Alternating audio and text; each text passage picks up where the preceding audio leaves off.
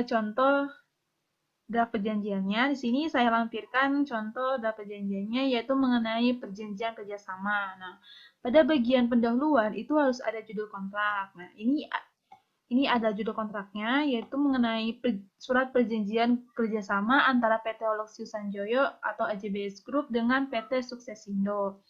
Kemudian ada nomor, ini ada nomor dari suatu kontraknya atau perjanjian dibuat para pihak. Kemudian dalam bagian pendahuluan juga harus mencantumkan waktu dan tempat dibuatnya kontrak. Nah, sini bahwa pada hari ini, misalnya hari Senin tanggal 22 bulan Juni tahun 2020, bertempat di mana dibuatnya kontrak, misalnya di Bandung, kemudian pihak-pihak yang bertanda tangan di bawah ini masing-masing itu siapa pihaknya. Nah, disebutkan identitas para pihaknya. Nah, dalam penyebutan identitas para pihak itu harus disebutkan secara jelas. Nah, di sini ada dua pihak. Nah, yang jadi pihak pertama adalah PT Holusius Sanjoyo, kemudian dijelaskan bahwa bertindak untuk dan atas nama PT Holusius Sanjoyo atau AJBS Group selanjutnya disebut sebagai pihak pertama. Kemudian identitas pihak keduanya itu adalah PT Suksesindo.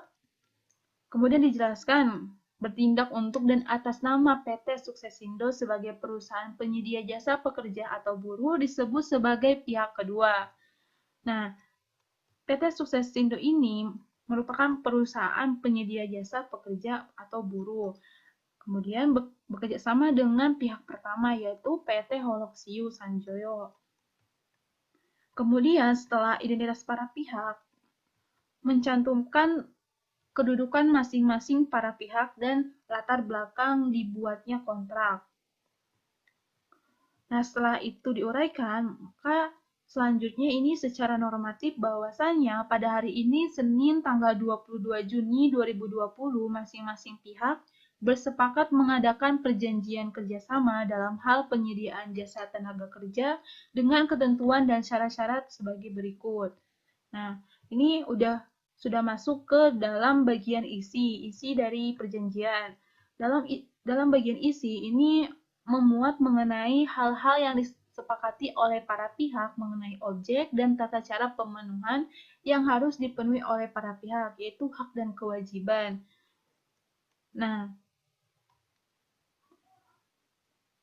yang pertama, pasal pertama ini saya contohkan di sini adalah maksud dan tujuan. Nah, di sini nanti diuraikan maksud dan tujuan dibuatnya perjanjian kerjasama itu apa sih. Nah, kemudian pasal 2 ini ketentuan kedua. Pasal kedua ini mengenai persyaratannya, karena ini merupakan tenaga kerja, jadi kriteria tenaga kerjanya itu ketentuannya itu apa saja, bagaimana. Nah, terus pasal 3 ini mengenai tata tertibnya, tata tertib yang wajib ditaati oleh karyawan dari pihak kedua, tenaga kerja kedua. Kemudian pasal 4 ini mengenai hak dan kewajiban. Nah, ini harus dicantumkan dalam isi kontrak atau perjanjian mengenai hak dan kewajiban itu sangat penting dicantumkan. Nah, diuraikanlah di sini pasal 4 hak dan kewajiban pihak pertama. Kewajiban pihak pertama itu harus apa aja sih? Wajib harus apa aja. Kemudian hak pihak pertama juga diuraikan. Pihak pertama berhak untuk mendapatkan apa saja diuraikan. Kemudian pasal 5 ini mengenai hak dan kewajiban bagi pihak keduanya. Nah, ini harus dicantumkan juga hak dan kewajiban para pihak bagi pihak keduanya. Nah, di sini kewajiban pihak kedua diuraikan, kewajibannya apa saja, haknya juga diuraikan, haknya itu dia berhak mendapatkan apa saja diuraikan. Kemudian pasal 6 ini mengenai hak dan kewajiban bagi tenaga kerja dari perusahaan pihak kedua atau PT Suksesindo. Nah, kewajiban bagi tenaga kerjanya itu dia wajib untuk apa saja? Dia wajib untuk memenuhi apa saja. Nah, kemudian hak tenaga kerja juga diuraikan. Kemudian di sini pasal 7 itu mengenai jam operasional jam kerja ini harus dicantumkan karena ini merupakan perjanjian kerjasama untuk memperkerjakan tenaga kerja dari perusahaan pihak kedua, maka jam kerja itu harus dicantumkan. Misalnya jam operasionalnya dari hari apa sampai hari apa, dan waktunya juga berapa lama, dan hari-hari liburnya itu apa saja. Nah, di sini juga dituliskan, dicantumkan mengenai ketentuan lembur, karena bagi tenaga kerja pasti ada lembur. Nah, dijelaskan, diuraikan ketentuan-ketentuannya oleh para pihak. Nah, kemudian pasal 9 ini mengenai program jam sostek ini sangat penting karena mengenai tenaga kerja itu pasti membutuhkan program jam sostek. Nah, diuraikan, dijelaskan oleh atas kesepakatan para pihak.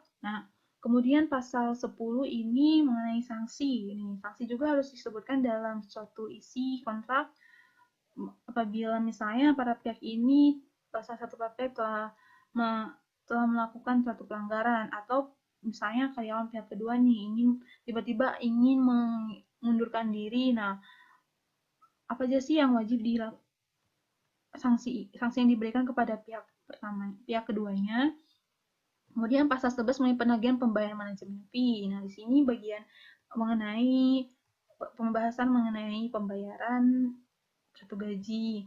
Nah, kemudian pasal 12 ini mengenai force majeure atau keadaan memaksa. Ini harus disebutkan dalam isi kontrak atau perjanjian. Nah, ini tuh mengenai apabila para pihak tidak bisa memenuhi kewajibannya atau prestasinya, itu ketika ada sesuatu yang tidak diinginkan atau sesuatu yang tidak diduga, itu tidak apa-apa untuk tidak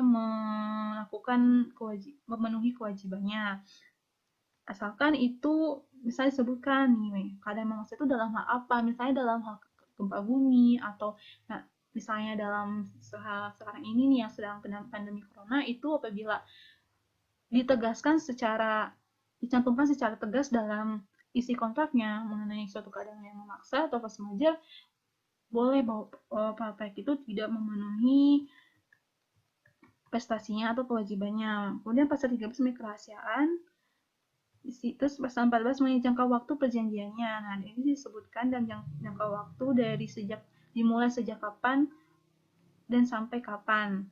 Kemudian pasal 14 mengenai akibat pemutusan perjanjian, ini juga harus disebutkan dalam isi kontrak atau perjanjian. Apabila ada salah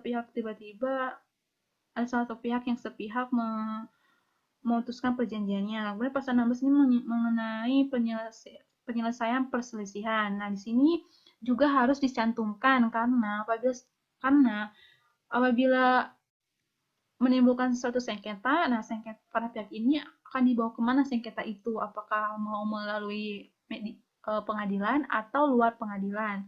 Secara litigasi. Apabila melalui luar pengadilan itu bisa melakukan arbitrase. Nah, apabila melalui pengadilan itu para pihak mencantumkan bahwasannya pengadilan mana yang harus berwenang menyelesaikan sengketanya atau mengadili sengketanya. Kemudian pasal 17 ini mengenai yang lain, hal yang diatur kemudian ini yang harus diatur. Kemudian pasal 18 ini mengenai penutup yang menyatakan bahwa dengan ditandatangani kontrak ini, maka pihak pertama dan pihak kedua benar-benar telah membaca, memahami, dan mengerti tentang isi dari perjanjian ini. Nah, dalam isi perjanjian ini harus benar-benar atas kesepakatan para pihak dan